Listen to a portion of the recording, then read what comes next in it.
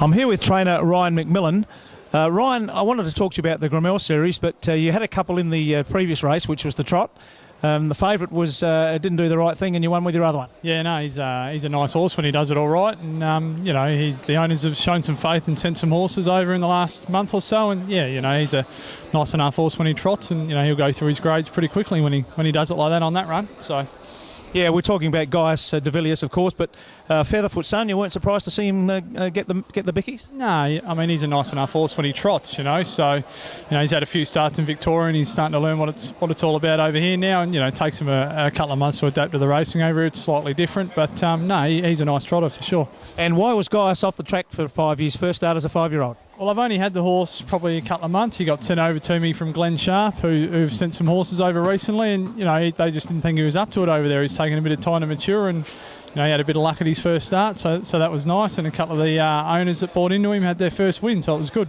Well, that's why the sprint lane's there. It was a lovely drive, patient drive. Yeah, exactly. And obviously when they win at their first start, it's always nice. And the owners are out of him now, so they're very happy. Makes it worthwhile. Now, with the Grimmel series coming up, you've got a few in.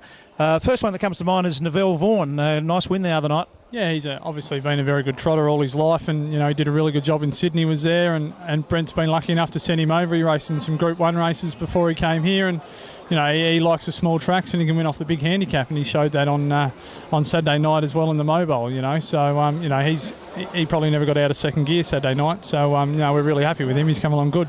So he's your number one gun for the series? I think so. He just, if he doesn't get handicapped out of it, hopefully that'd be nice. But if you're listening, Smithy. Yeah, that'd be great. So, but Brylan Crescent's a nice mare. She needed the run. Obviously, she's come back from David Aiken. She did a great job over there for us, and she needed the run Saturday night. But she'll be around the mark too if she can draw off the front or 10 metres. So. Yeah, well, I thought that too. I mean, she went a fair way early and was 3 deep for a long way, and just ran out of condition. Yeah. The last 3 quarters, they ran 30 seconds and change. So that's hard enough doing it around the small track when you're 3 wide. So, and My Independence Day.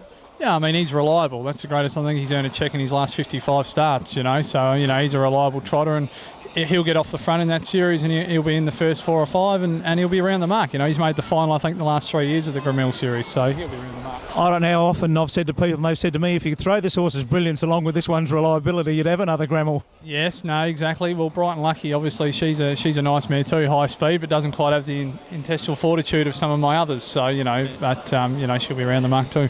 I'm going to ask you about one that won I reckon it won a derby as a youngster, a 3-year-old by the name of Top Notch Jill. What's happened with her? Yeah, we lost her probably 3 months ago to a twisted bow, unfortunately. So she was ready to race probably the season straight after she won the derby, and she was close up in the Victoria Oaks and that, and we lost her only 3 months ago to a twisted bow, so which was unfortunate. She had a couple of operations and minor niggles in between time, and we couldn't save her, unfortunately, which is disappointing. She was obviously a very nice horse, so and she gave me my first ever Group 1 winner, so she'll have a spot on the wall forever, no doubt, and in the heart too. Yeah, exactly.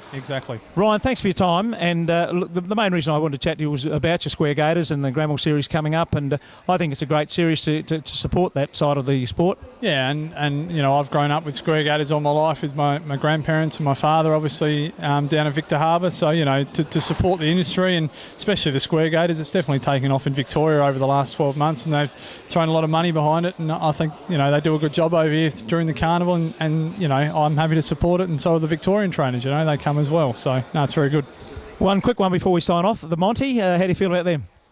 I don't mind them. I think they're just probably a novelty event, though. When I won one about 3 years ago with a mare, and she revelled in it. But I think they've just got to be a novelty event once or twice a year, and go from there and make them for good money. So that it's, I look at it like hurdle racing. It should be for the ones that probably can't quite make it on the flat like they do in the gallops, and give them ones a chance to earn a check for their owners. So.